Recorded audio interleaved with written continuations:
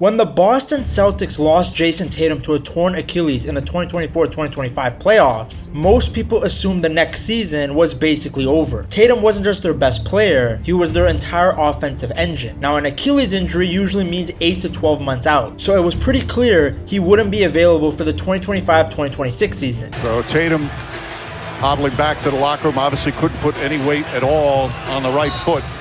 Jayson Tatum, you can see, distraught right now.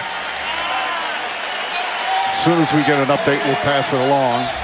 Around the league, the assumption was that Boston's title window was gone. Then the offseason made that sentiment feel even more real. Hit in the stomach is what we have in the defending champ and Jayson Tatum, because Tatum was having an elite game. He was having a big fourth quarter. This was going to be potentially an iconic finish, and now the whole thing just feels deflating.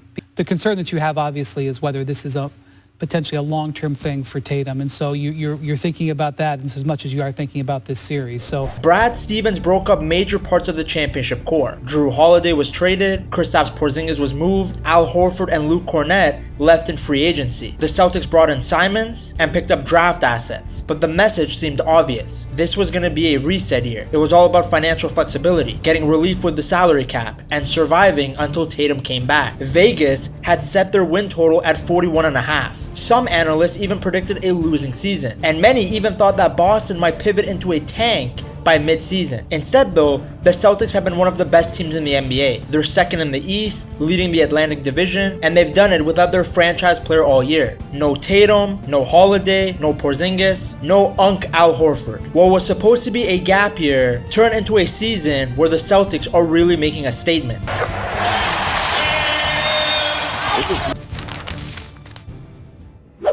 They weren't supposed to be here, yet they are. Now, before we get to what's happening on the court, you have to understand what the Celtics did behind the scenes. The NBA's new CBA is brutal, especially if you're over the second tax apron. It's not just about paying more money, you lose flexibility. You can't combine contracts easily in trades. You lose the opportunity to sign free agents, and your future draft picks get locked up. It pretty much handcuffs you. So when Tatum went down, Brad Stevens had a choice. Either pay massive tax penalties for a team that was probably not going to contend, or reset things. He chose the smarter route. Trading Jrue Holiday and Porzingis wasn't about giving up, it was about getting flexibility. It helped Boston avoid the harshest tax penalties, and it allowed them to bring in Simons, a scoring guard on an expiring deal. That was very important, because not only did Simons give them offense, it also allowed them to pivot later since he had a very movable contract. Letting Horford, Kornet, Holiday, and Porzingis all go forced something else to happen as well. It allowed the younger players to step up. There was no safety net of veteran depth anymore. Joe Mazzulla couldn't just lean on experience and talent. He had to build something different. The front office basically gave him a younger, more athletic roster and said, here you go,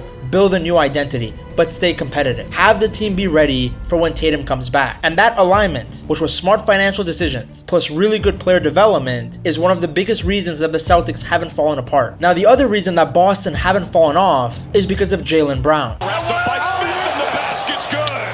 What a finish from Chase action. He sprints to that hand back, which caused Potter to come up the floor, which opens up the maneuverability with the left. Right here, he's spinning. And his hand was being held that time. He still finished that. That is a near impossible finish, and Brown did it sweetly. It's his team now. With Tatum out all season, Brown has just took over. This has been the best individual year of his career, and he could find himself in the MVP conversation. Jaylen Brown carrying the Celtics to the number 2 seed in the Eastern Conference. He's averaging around 30 points per game. He's top 5 in the league in scoring, and he also adds in about 7 rebounds and 5 assists a night to go with that scoring. You're looking at a player who's just so complete offensively, and he's even taken on the responsibilities defensively. So you're seeing elite two-way play from a guy who's the clear number 1 option now. Because with Tatum, it was always a question of who's 1A, who's 1B, who's the star, and who's the Robin. Those debates went on even when Jaylen Brown won Finals MVP. But there's no Tatum drawing double teams anymore. Jaylen Brown is the focal point of every scouting report. Every defense is built to stop him, and yet he's still shooting over 50% from the field. That's what makes this season so impressive. He's getting more possessions, he's getting the ball more,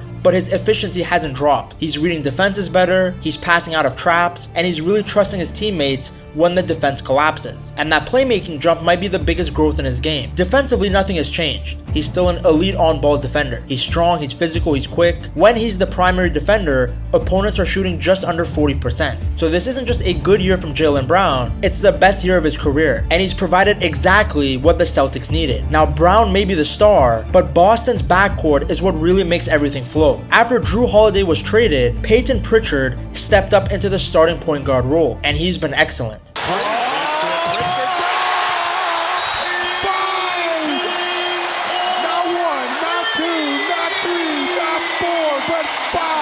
The guy's averaging around 17 points and 5 assists per game, and he looks so comfortable running the offense. He's been more vocal, more confident, and he's hit some big shots.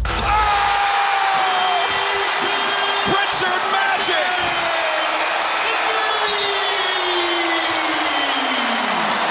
The Pritching hour in late October. Early in the season, when Boston won 14 of 18 games, it was because of Pritchard's control and shooting. He spaces the floor, knocks down threes, and keeps the offense organized. He plays very simple, but so effective. And then there's Derrick White, a player who's been one of the most important connectors on the team for years. Everybody knows that White does a little bit of everything. He also gives you around 17 points and 5 assists per game, but he also gives you great rebounding and high basketball IQ. He can handle the ball, he can play off the ball, he cuts, he shoots, he defends. I mean, he's about as elite as you can get on any NBA team. The first two, gives it up underneath.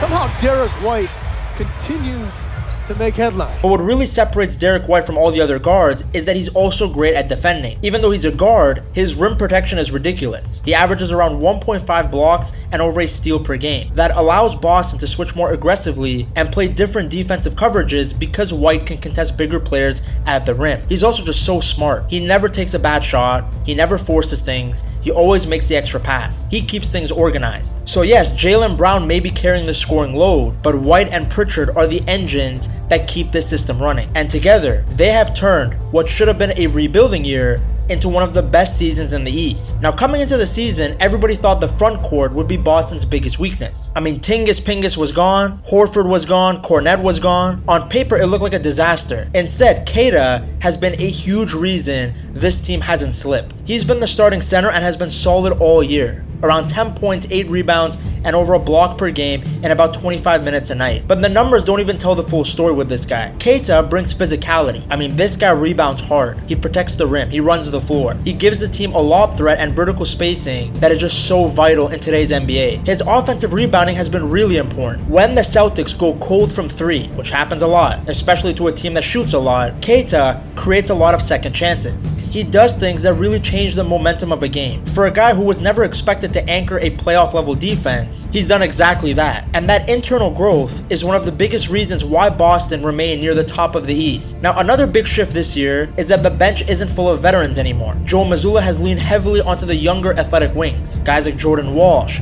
Hugo Gonzalez, Josh Minor, and Baylor Sherman. Around the team, they've started calling them the Four Horsemen because of the chaos they bring defensively. I mean, these guys fly around. They pressure the ball, they switch, they literally don't stop moving. Hugo Gonzalez has been especially interesting. He doesn't really put up big scoring numbers, or any big numbers to be honest. He averages around 4 points and 3 rebounds in limited minutes. But defensively, I mean, this guy changes games. He picks up full court, he creates deflections, he speeds the opposition up. When he's on the floor, Boston's defense tightens up dramatically. I mean, the effort this guy plays with, it's contagious. Then you have Jordan Walsh, who's also carved out a real role for himself. He uses his length and versatility to guard multiple positions, and he's been great when he started games. He fits perfectly into Boston's switch-heavy system. Then, of course, how can I forget Sam Hauser, the classic white guy floor spacer. And they ended the game with the same thing, and Hauser gets free again. He's shooting just under 40% from 3 and punishing teams when they collapse on Jaylen Brown or Derrick White.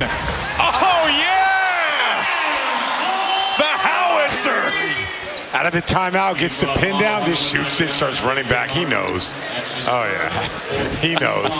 That's that look. Then you have rookie two-way center Amari Williams, who's given them great minutes too, especially with his passing and high basketball IQ. This isn't the veteran-heavy Celtics team from a few years ago. They're much younger, but they're faster. Their play is way more chaotic, and yet somehow it all works together. Even with such a good record, Boston knew something. They couldn't go into the playoffs relying solely on Keita and Luka Garza. Not at center, not in the East, not against the big skilled front courts that would come out of the West should the Celtics win the East. Now Brad Stevens, he had a tool sitting right there. Simons' expiring contract. Now Simons had been really good. He was averaging around 14 points per game, giving them really good production off the bench. But defensively, I mean, he's somebody that could be a liability in the postseason. And with Pritchard already handling the ball, there was some overlap. Even though some of the guards-only lineups with Simons, Pritchard, and Derrick White actually worked really well. So Stevens made a move. He sent Simons and a second-round pick to Chicago for Nikola Vucevic. It was a clear win-now decision, because Vucevic changed the offense immediately. And hit from way down there. Vucevic got a couple of offensive rebounds. Sprays it out, Shireman. Bullseye. And this is the type of stuff he'll do. He'll be all over the glass.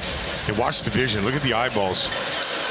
Right there, one dribble, swing pass, and that right there. Now, he's not the athlete that Keita is. This guy's not flying around for lobs or protecting the rim with crazy jumps. But offensively, he's so polished. He can score in the post, he can pass from the high post, he can pick and pop, he can shoot threes. In just his first stretch of games, he was already giving the Celtics about 12 points and 8 rebounds a night, while shooting over 40% from 3. All right, so a little pick and pop action. And then there's the cut. Right out of the baseline. Nice play, good pass. Good. That's a huge boost for this team, especially since they want to have 5-out spacing. Now, of course, defensively, there are going to be concerns. Vucevic is not a great defensive player. He's not quick, he gets exposed when he switches onto guards, and if you isolate him in space, oh, it's barbecue chicken. Now, Joe Mazzulla knows that, so Boston have adjusted. They keep him in drop coverage. They always pair him with a strong perimeter defender like Derrick White or Hugo Gonzalez. And when they need more switching and rim protection, well, Keita can handle those matchups. It's all about balance. But if Vucevic keeps scoring this efficiently and rebounding well, and doing his best to not be a complete defensive liability, then this trade could end up being the move that makes Boston win the East. Watch Derrick White. He comes off this screen, but watch his eyes. He freezes Norman Powell and delivers the strike right to boot. It's crazy. What started as a gap year suddenly looks like a team preparing for May and June. Now, another big reason that this season hasn't fallen apart is because of Joe Mazzulla. He changed everything. Without Tatum, Boston couldn't just run ISOs. The offense and defense had to be rebuilt from the ground up, because the previous system was built around the 2 J's. And the man who led them to that 18th NBA championship, Joe Mazzulla. You know, Joe, I was impressed all season long at how determined you were to stay in the moment. You didn't let yourself or your team, worry about too much the disappointments of the past or get too far ahead despite how well your team was playing. So what's happened is on offense, they still try and shoot as many threes as possible. And then on defense, it's just about making chaos. Offensively, Boston played really slow. I think at one point they were dead last in pace. Yet they're still one of the top offenses in the league, averaging around 120 points per 100 possessions. So how is that possible? Well, it's because of 3 things. Number 1, as I stated earlier, they shoot a ton of threes. Almost 39% of their shots come from beyond the arc. They drive, they collapse the defense, and they kick out. They're not attacking the rim constantly, they're really hunting open threes.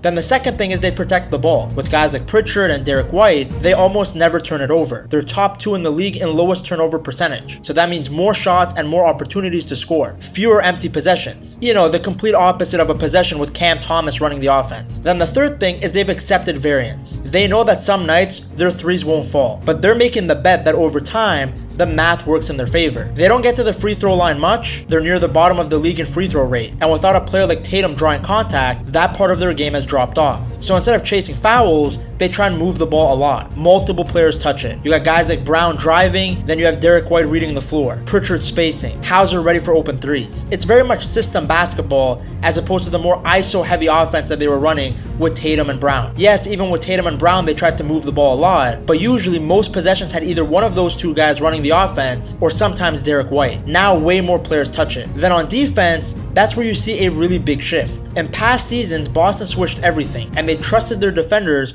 to win their 1v1 matchups. Now though, it's a bit different. They swarm the ball. The moment a ball handler hesitates or drives, help comes fast. They trap, they rotate, they pressure a lot. It's a very aggressive defensive setup and it's messy, but it's done on purpose. Look at Jordan Walsh. Instead of sitting back and letting guys play ISO ball, he's helping everybody out. Now this style is risky. If your rotation is too slow, you give up open threes. But Boston, with this younger and more athletic roster, has made it work. That's why they're top 10 in defensive rating. They hold opponents to one of the lowest effective field goal percentages in the league. They force teams into tough mid-range mid-range shots instead of just getting clean looks at the rim or getting corner threes. Funny enough, they don't lead the league in steals, and that's because they don't gamble. Their goal is to disrupt the offense. They want to get deflections, they want to put pressure on the ball, making the opposition uncomfortable. Because their offense is so disciplined and basically based on mathematics, some nights they destroy teams. Then their defense is super aggressive. It all works, even without Tatum. There's no reliance on individual brilliance, even though they do have a superstar in Jaylen Brown. They have built something that doesn't need superstar power every single night, and that's why they look so good